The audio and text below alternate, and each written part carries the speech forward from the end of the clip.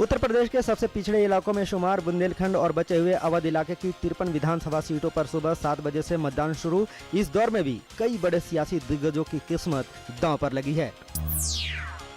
भाजपा अध्यक्ष अमित शाह ने यूपी में त्रिशंकु विधानसभा की स्थिति में बीएसपी और किसी भी पार्टी के साथ गठबंधन करने से किया इनकार। पार्टी के पूर्ण बहुमत मिलने का जताया भरोसा। प्रधानमंत्री नरेंद्र मोदी आज बहराइच और बस्ती में करेंगे चुनावी सभा।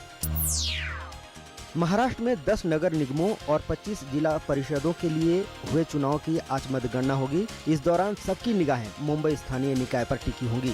मतगणना सुबह 10 बजे से शुरू होगी। उत्तर प्रदेश में 5वें, 6ठे और 7वें चरण के लिए चुनाव प्रचार जोरों पर है। सभी दल अपने अपने पक्ष में माहौल बनाने में जोर शोर से लगे हैं। बीजेपी, कांग्रेस, सपा और बीएसपी के तमाम नेताओं ने बुधवार को जनता के बीच जाकर वोट मांगे। केंद्रीय मंत्रिमंडल ने देश की सौर ऊर्जा क्षमता 20,000 से दोगुना करके 40,000 मेगावाट करने के प्रस्ताव को मंजूरी दे दी है। इसके लिए देश भर में 50 सोलर पार्कों का विकास किया जाएगा। विदेश सचिव एस जयशंकर ने बीजिंग के साथ की रणनीतिक वार्ता। सभी द्विपक्षीय और बहुपक्षीय मुद्दों पर की बातचीत। विदेश सचिव 2 दिन की यात्रा पर ढाका होंगे रवाना। यात्रा के दौरान उच्च स्तरीय दौरा समेत कई द्विपक्षीय मुद्दों पर होगी चर्चा। तमिलनाडु में डीएमके ने नई सरकार पर बोला हमला। एमके स्टालिन ने कहा बढ़ते कर्जों के बीच राज्य सरकार नई विकास घोषणाओं को नहीं कर पाएगी लागू। डीएमके ने विश्वास मत के खिलाफ राज्य भर में की भूख हड़ताल। निर्वाचन आयोग इस बात को लेकर आश्वस्त है कि मणिपुर में चल रही आर्थिक नाकेबंदी का राज्य की चुनावी प्रक्रिया पर असर नहीं पड़ेगा। मुख्य निर्वाचन आयुक्त नसीम जैदी ने आज इम्फाल में पत्रकारों से बात करते हुए कहा कि राज्य सरकार ने इस बारे में आयोग को आश्वासन दिया है, जिसे सभी वर्गों से सहयोग मिलेगा।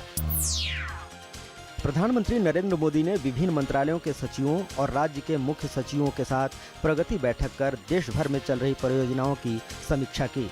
प्रधानमंत्री ने सभी अधिकारियों से कहा कि सरकारी कामकाज में जवाबदेही और पारदर्शिता लाने और कारोबार की सुगमता को बेहतर बनाएं। प्रधानमंत्री ने कहा कि उनकी सरकार पुराने निष्क्रिय कानूनों को खत्म करने को लेकर प्रतिबद्ध है और इस दिशा में तेजी से काम कर रही है। प्रधानमंत्री कल राष्ट्रपति भवन में न्यायिक सुधारों पर एक पुस्तक के विमोचन कार्यक्रम को संबोधित कर रहे थे। पंजाब और हरियाणा के बीच दशकों पुराने सतलज यमुना लिंक कैनाल के मसले पर सुप्रीम कोर्ट ने सुनवाई पर किसी भी प्रकार की रियायत देने से इनकार करते हुए 2 मार्च से सुनवाई की बात कही है।